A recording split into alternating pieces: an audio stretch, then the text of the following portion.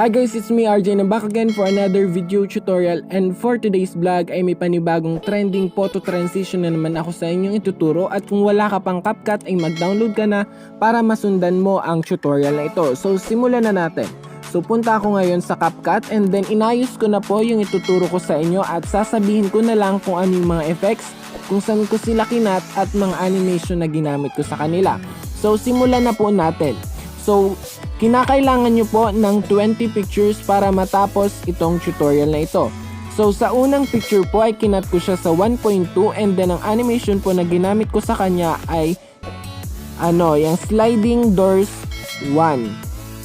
And then sa next picture po ay kinat ko po siya sa 1.3 at sa combo ko po ulit makikita ang animation which is pendulum 1. Always remember po na lahat po ng animation na gagamitin natin ay sa combo lang makukuha. Then sa next picture po, kinat ko po siya sa 1.4 and then ang animation po na ginamit ko ay pendulum 2. Next picture po, 1.4 ulit. Ang ginamit ko po ay pendulum 1. Next picture po ay 1.4 ulit. Ang ginamit ko po ay pendulum 2. Next picture po ay 1.4 at ang ginamit ko po ay ito pong Pirate Shift 4. For the next picture po ay kinat ko ulit sa 1.4 at ang animation na ginamit ko naman sa kanya is yung distort left. So yan, palakin po natin.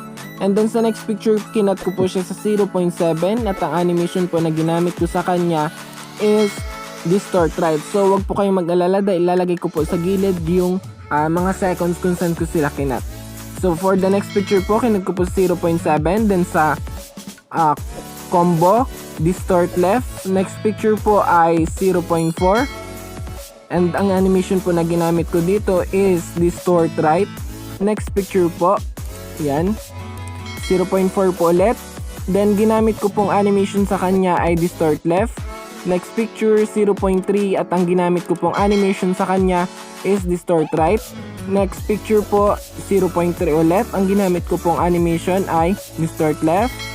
Next picture po 0.3 and then distort right. And for the next picture po 0.7 ko po kinat.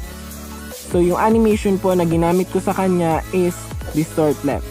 Next picture po ay 0.7 ulit and then train 1.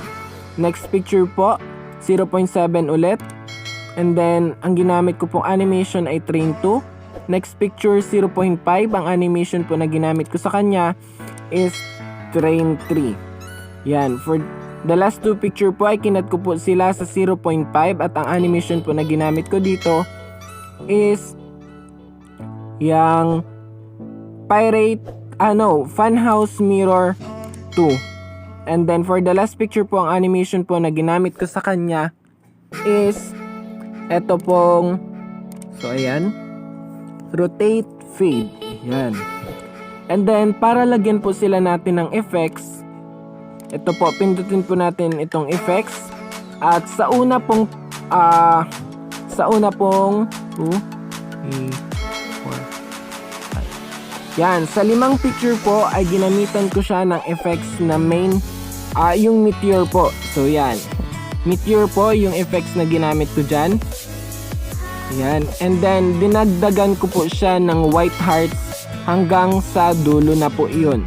So try po nating panoorin yung nagawa kong video.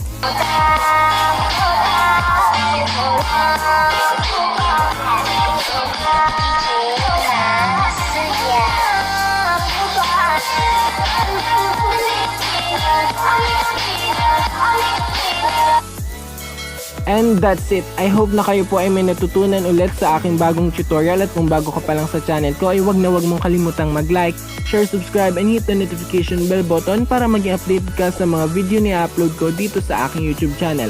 Thank you for watching. God bless and stay safe.